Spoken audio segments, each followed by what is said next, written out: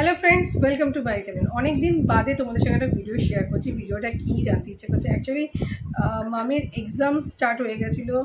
মামের যেখানে ডান্স মাম শেখে সেখানেও এক্সাম স্টার্ট হয়ে যাচ্ছে, আর এক মাসও নেই। এবার মামের যে স্কুলে এক্সাম প্রিপারেশন, আর যেহেতু মামকে আমি পড়াই, ভীষণ বিজি জানো তো ছিলাম। তো মামের রেজাল্ট আউট হয়ে গেছে। মামের কোনো সিলেবাস আমি তোমাদের সঙ্গে ডিসকাস করিনি। হ্যাঁ, ইউকেজিতে মাম উঠে গেছে। তো মামের রেজাল্ট আউট হয়ে গেছে, যেখানে মাম আমি অ্যাটেন্ডেন্স সমস্ত কিছু তোমাদের সঙ্গে শেয়ার করবো। মামের অ্যাটেন্ডেন্স দেখতেই পাচ্ছ ফ্রেন্ডস। প্রথম যেই সময় মানে ফার্স্ট টার্মে দেখো 94 ডেজ ক্লাস হয়েছে, 94 অ্যাটেন্ডেন্স। আর এখানে 92 ডেজ অ্যাটেন্ডেন্সে মানে ক্লাস হয়েছে, আর অ্যাটেন্ডেন্স 89 ডেজ। বুঝতেই পারছো, মানে 186-এর মধ্যে 183 মানে আমার মেয়ের আছে, মামের আছে।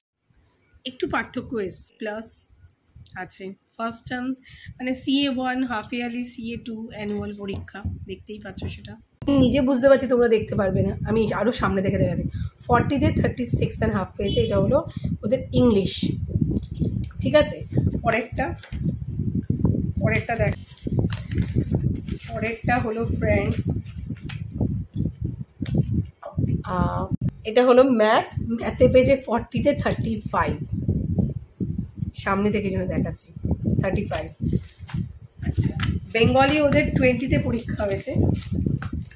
বেঙ্গলিতে পেয়েছে ফ্রেন্ডস 20-তে 15, 15.5 পরীক্ষা হয়েছে। ভালোই করেছে, ভালো করেছে বলেই ভীষণ বায়না করছিল যে মা এটা দিতে হবে, এটা দিতে হবে। কী দেবো ভাবছিলাম, তো যেটা আমি আর ওর পাপা নিয়ে গিয়ে ম্যাক্স থেকে একটা ওকে ওয়াটার বোতল কিনে দিয়েছি। আর কালকে থেকেই ওর ক্লাস স্টার্ট হয়ে যাচ্ছে, ইউকেজির নতুন ক্লাস। তো বুঝতেই পারছো আমার অবস্থা কী হচ্ছে, বুঝতে পারছি প্রচুর প্রেশার। কারণ মামের কোনো পার্সোনালি আমি কোনো প্রাইভেট টিউটার এখনও বাড়িতে রাখিনি, আমি পড়াচ্ছি।